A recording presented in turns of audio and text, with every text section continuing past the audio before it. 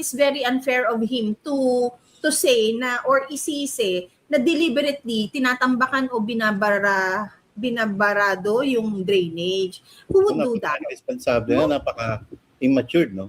Yung mga ganun. Imbis na naging practice kasi Marlon ng administrasyon na to na yung problema inguso sa iba, no? Wala tayong nakakita sa kanila na nagkaroon ng pagpapakumbaba para sabihin na mali namin to, aayusin namin.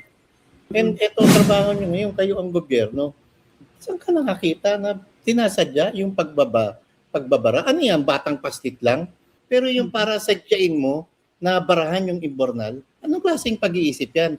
And kung may ganyan kang klaseng impormasyon, uulitin ko na, turingang PNP chief ka, hindi mo hulihin, hindi mo arestuhin. At tukuyin mo kung ano-anong lugar yan at kasuhan nyo.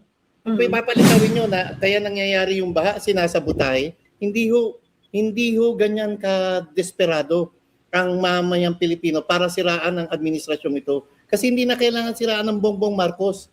Lantad na ang kasiraan ng bad governance sa ilalim ng bagong Pilipinas administration ni Bongbong Marcos.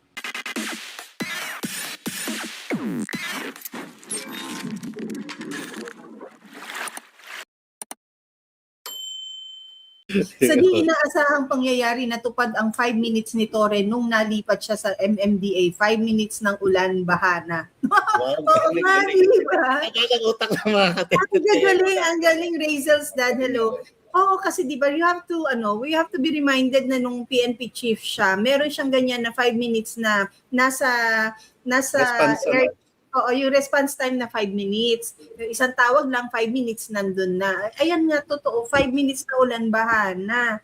So ngayon, i-apply niya dyan sa MMDA na in 5 minutes, dapat humuhupa. Diba? Dapat ganon. Pero I alam think mo pa number 1 racket sa MMDA? Sorry, sige, go ahead.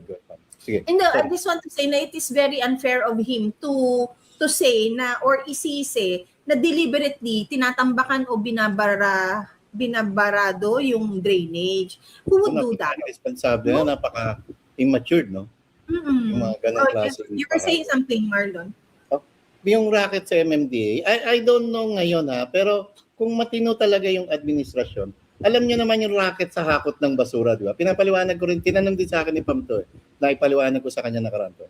Yung hakot ng basura, papalitawin nila na naghahakot si basura ng 3 times a day sa listahan. Pero ang tunay na hakutan, isang beses lang, isang araw. Tapos sa singilan, kung palagay mo na lang, 500 piso, kunwari lang to, for the sake of kwentuhan lang, 500 kada hakot. So, kumita na agad sila ng 1,000 kung 2 hakot na hindi naman totoo nagkaroon ng hakot. Ganyan din po sa dredging. Yung mga ilog natin, papalitawin nila na nagde-dredging sila ganitong beses sa 1 linggo, yung pala, tinitipid nila.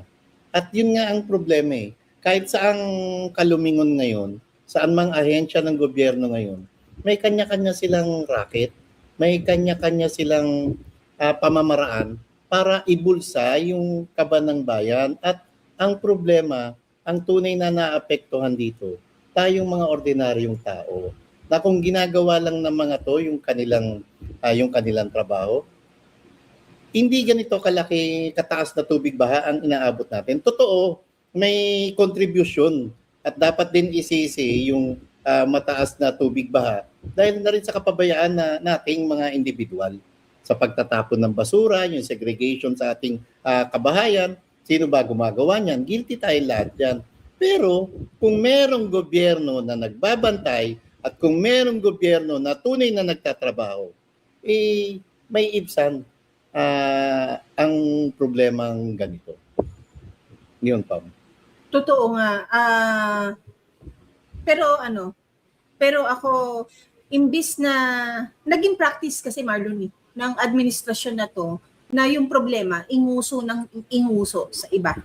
No? Wala tayong nakakita sa kanila na nagkaroon ng pagpapakumbaba para sabihin na mali namin to, aayusin namin. Laging, sa palasyo na lang, sa araw-araw na naririnig natin yung megaphone nila dyan sa palasyo. Anong sinasabi? Walang dapat isisihin kundi si ganitong dating presidente. Lahat tinuturo sa Duterte. And ito, trabaho nyo ngayon, kayo ang gobyerno. Saan ka nakakita na tinasadya yung pagbabara? Ano yan, batang pastit lang? Na may bangkang papel, mga karera ng bangkang papel. Kasi ginawa namin yung PAM sa Santa Mesa, yung popsicle, yung stick ng popsicle, mga ngarera, tapos sa ilalim meron ka, o kaya yung gulong ng, yung ano ng sinelas, welas ng, haharangin namin yung kanal. Nung bata-bata kami, yung babarahan mo. Tapos pag inangat mo na yung plywood doon, syempre yung agos ng tubig, nandun na yung karera. Pero yung para sadyain mo, na barahan yung imbornal, anong klaseng pag-iisip yan? And kung may ganyan kang klaseng impormasyon, uulitin ko na, turingang PNP chief ka, hindi mo hulihin, hindi mo arestuhin. At tukuyin mo kung ano-anong lugar yan at kasuhan nyo. Hindi yung Kasi, papalitawin nyo na kaya nangyayari yung baha, sinasabutay, hindi ho ganyan ka desperado ang mamayang Pilipino para siraan ang administrasyong ito. Kasi hindi na kailangan siraan ng Bongbong Marcos. Lantad na ang kasiraan ng bad governance sa ilalim ng bagong Pilipinas administration ni Bongbong Marcos. uy, pero Marlon, bad governance ba or justice for former Senator Bong Revilla, yung balitang siya ay lalaya na? Pero bago yan, Marlon, bago tayo pumunta sa kanya, may nagtanong sa akin kahapon sa comment, ang sabi, bakit po kayo mas maaga kahapon? Hindi daw siya nakasampa sa live. Tapos, saan daw tayo pumunta? Kasi nga yung closing natin, ang sabi natin, may pupuntahan tayo. Kami po muli ay bumalik sa Payatas kahapon para dalawin ng ating kaibigan na si Congressman Mike Defensor. And of course, this time, nadagdagan tayo ng opportunity na makapagpalista din ng pangalan sa isang kaibigan pa na si Senator Jinggoy Estrada.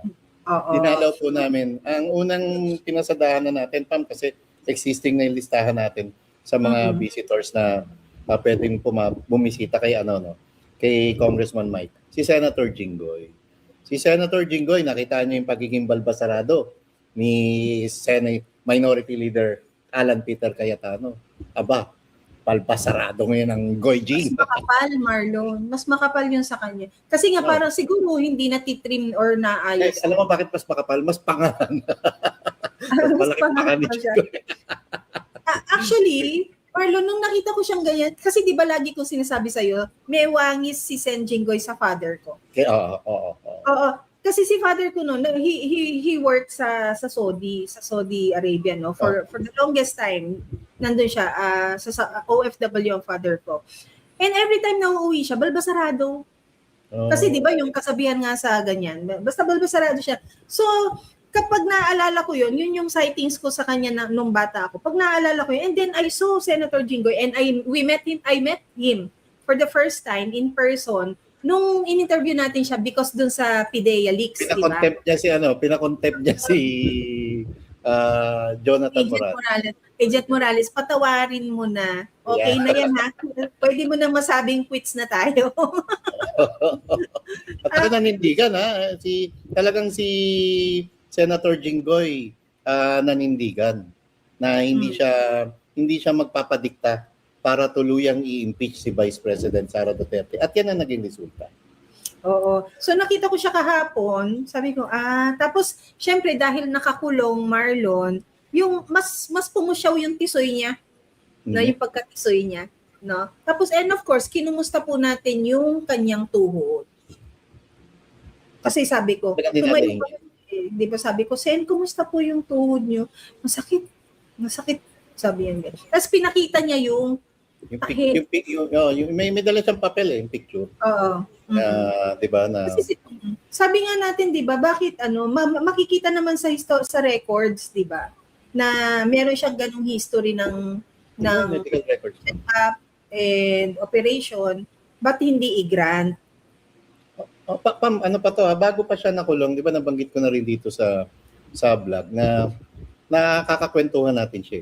At nalalaman nga natin yung ibang kwento sa Senado. At biniyadain niya na yan. Ang problema po ni dating Presidente Joseph R. Estrada ay tuhod din. So, yun din ang problema ni Senator Opam. Dumarating pa sa punto si President Erap yung tuhod mismo ini-injection. Tapos dun sa nakikita pong picture sa amin ni San Jinggoy kahapon, picture sa papel ho. Kasi, syempre, di ba yung tuhod natin, parang may cartilage ba to? Yung malambot sa litid, kumbaga litid. Halos wala na. Ang sakit nun, Marlon. No? Masakit yun. Ang problema niya, hindi niya ngayon maihiling o hindi hihiling niya rin siguro dahil ang problema pa hanggang ngayon, take note, nauna pang na-arrange si Congressman Mike saka Senator Dante Marcoleta. Samantalang Senator Jinggoy, mas nauna pang pinasok sa Payatas male dormitory. Wala pang arraignment na nangyayari. So ang problema pa niya, yung impression ng tao, baka sabihin na naman na nag-iinarte lang si Sen Jinggoy, pero hindi ho. Kaya nga sabi ko nga kung ang doktor kaya lang patunayan sa pamamagitan ng hair follicle drug test na gumagamit ng ipinagbabawal na G, si Bongbong Marcos, pwede rin patunayan ng doktor na kailangan ng knee surgery ni dating Senate Pro Temp Jinggoy Estrada. Kay Miss Veronica, hindi po gout. It's worse. It's worse. Ang problema rin ng nanay ko yan, Pam. Hindi naman sa tuhod, sa may bandang balakang. Kasi yung mga joint po natin, yung gitna niyan, yun parang may litid, pinaka-cartilage. So kasi pagka walang malambot na parte ng buto sa bawat joint natin, mas masakit to, tumatama yung buto sa buto. Kaya kumbaga sa mga may sasakyan, sa mga nakakaintindi rito, may bushing, may rubber doon. At sa atin, sa katawan, sa buto ng tao, yun yung nagsisilbing bushing o rubber, yung cartilage po o yung litid, o yung malambot na laman, malambot na buto, na nag-uugnay sa magkabilang buto. Ayun. But overall, I believe he's staying and trying to be healthy kasi nakikwento nila na nagpa-participate naman sila dun sa mga morning walks or morning activities ng mga PDL, no, Marlon? And after that, pumunta tayo sa ating kaibigan na si Congressman Mike Defensor na ganun din, again, very jolly, tapos in high spirits lagi, Marlon, and positive lang din yung outlook, no? At nananatili na ang kanyang kamay ay nakataas at nananalangin, pikit ang mata, hindi natin alam kung luhuluhod. Amen. Baka maging pastor na si Kong Mike. Pero alam mo, Pam, may dapat kabahan si Joy Belmonte. Bakit? Kasi maraming nanguurot noon pa naman may nanguurot na kay Congressman Mike na pwede siya maging mayor ng Quezon City. Pag hindi siya tumakbo senador, Pag hindi siya tumakbo senador, Well, Marlon, let them express their intent pagdating sa kanilang political careers. But the thing here, Marlon, is alam ko sa mga sa mga ganyan na mga nakakaranas ng pagkaka-deprive ng liberty, maraming tao nagbabago. Senator Robin Padilla, 'di ba? Inaral niya ang Quran. Doon yata siya sa loob na convert, 'di ba? Tama ba? When he was also deprived of his liberty, doon siya nagbago, inaral niya talaga ang religion na pinaniniwalaan niya ngayon hanggang he received the pardon of PRRD. Kaya doon siya tumodo ang suporta si PRRD kasi ang nagbigay ng second chance sa kanya.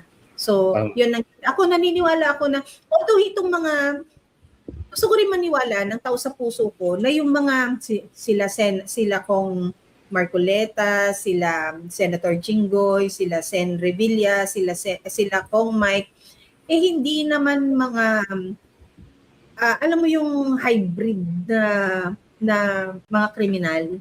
At alam natin na kaya sila kinulong dahil sa persecution, di ba? Hindi sila nakulong dahil may kasalanan sa bayan, di ba? Sa lipunan. Actually, I will have to bawiin ko lang ng konti. Kung may krimen silang ginawa, siguro ang justification doon gaano kalalim yung krimen na ginawa. At para maipahayag sa tao kung gaano kalalim, dapat may due process, Marlon. Correct. Yun yung kanilang sinisigaw ngayon na sana dinigin nyo naman ng tama. Bigyan nyo naman kami ng due process. Yun nga ang sabi nga ni Kong Mike, di ba? Yung mga tunay na nagnakaw, sila pa yung nasa laya.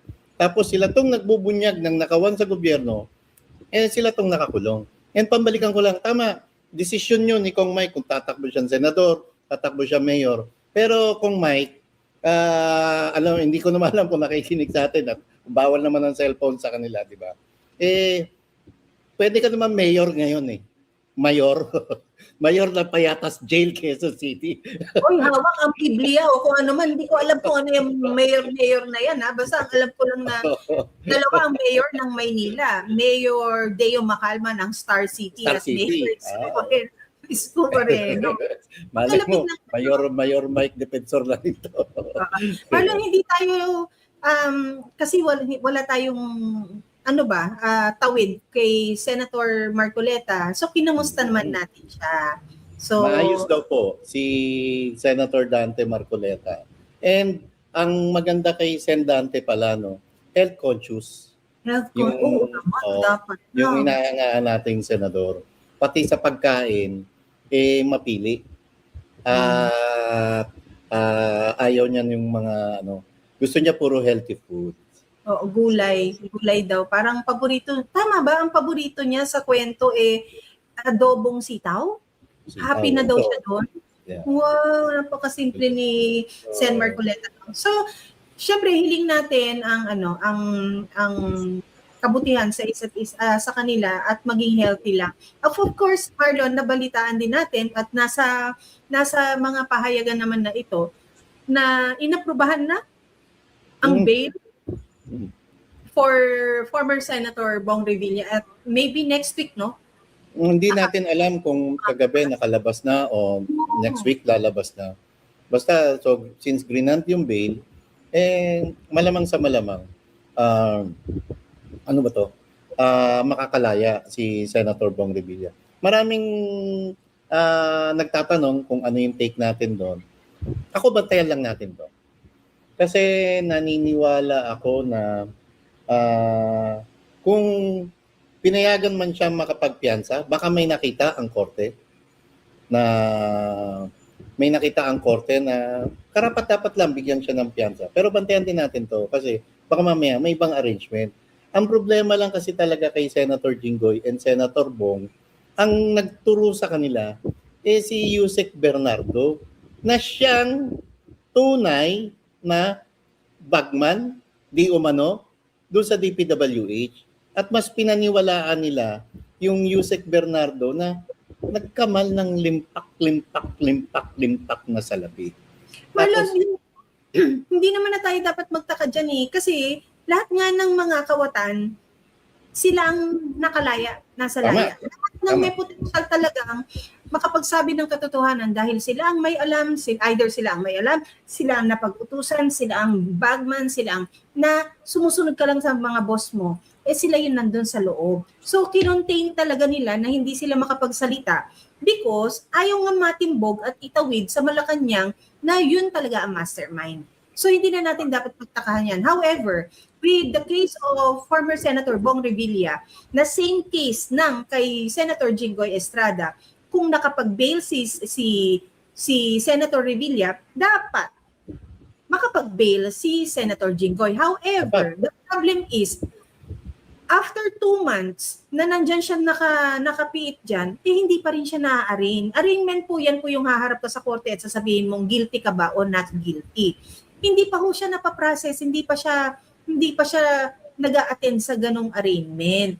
Nauna pa nga yung dalawa na si Kong Marcoleta, Sen Marcoleta and Kong Mike Defensor. What's taking too long for Senator Jinggoy to be arraigned? Para maproseso na kung pwede ba siyang i-bail, ano yung kanyang mga counter, I don't know how you call it, counter statements, di ba yung mga ganyan.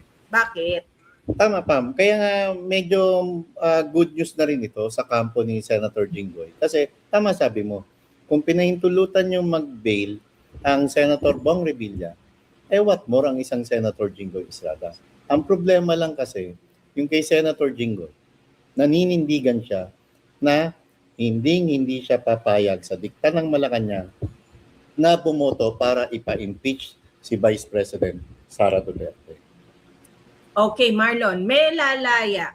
May ipapasok naman. Narinig din natin ang balita kahapon na ang mag-inang Senator Loren Legarda at Congressman Leandro Leviste ay siya namang didinigin o binibigyan ng kaso ngayon tungkol sa negosyo nila sa solar, I think. And also, wag na natin isama yung isang taong involved ha. With all due respect to that person, dito na lang tayo sa mas maingay at incumbent officials ng bansa, ano. But also we pray for the other person involved na maiwasan or mabigyan ng hustisya yung kanyang pagkakadawit dito sa kasong to. And to the mom and son tandem, no, sana hindi. Pero Marlon, yung sinasabi ko, may lalabas, may ipapasok. Ano to? Parang replenishment for the consistency of the show na may achievement. Ganun ba yun? Una pa, naghahanap ang taong bayan ng mga taong aarestoy na malalaking isda. Ang problema ng administrasyong ito, hindi nila mapakulong yung mga malalaking isda kasi kaalyado nila. Ilang kontraktor na ba yung narinig natin na kinasuhan at talagang ipinakulong? Di ba wala pa kahit isa? Bakit? Kasi itong mga kontraktor na to, sila ang kaalyado ni Bongbong Marcos, sila ang kakuntsaba para kalikutin yung pinaka-maanumalyang pambansang budget. At sila rin ang kinakasangkapan ng Malacanang para usigin at ipa-impeach si Vice President Sara Duterte. Tapos, ang problema pang malaki pa, ang talagang tinatarget lang nila, yung mga personalidad na kilala nila na kritiko ng palasyo at talagang tunay na makapagbigay ng katotohanan kung sino ang mastermind ng anomalyang ito. Sa mga papasok pa, binanggit mo yung mag-ina, si Kong Lean, saka si Senator Loren. Huwag natin kalimutan na mas nakanguso rin, nakabungad din yung posibleng pagpapakulong kay Senator Alan Peter Cayetano.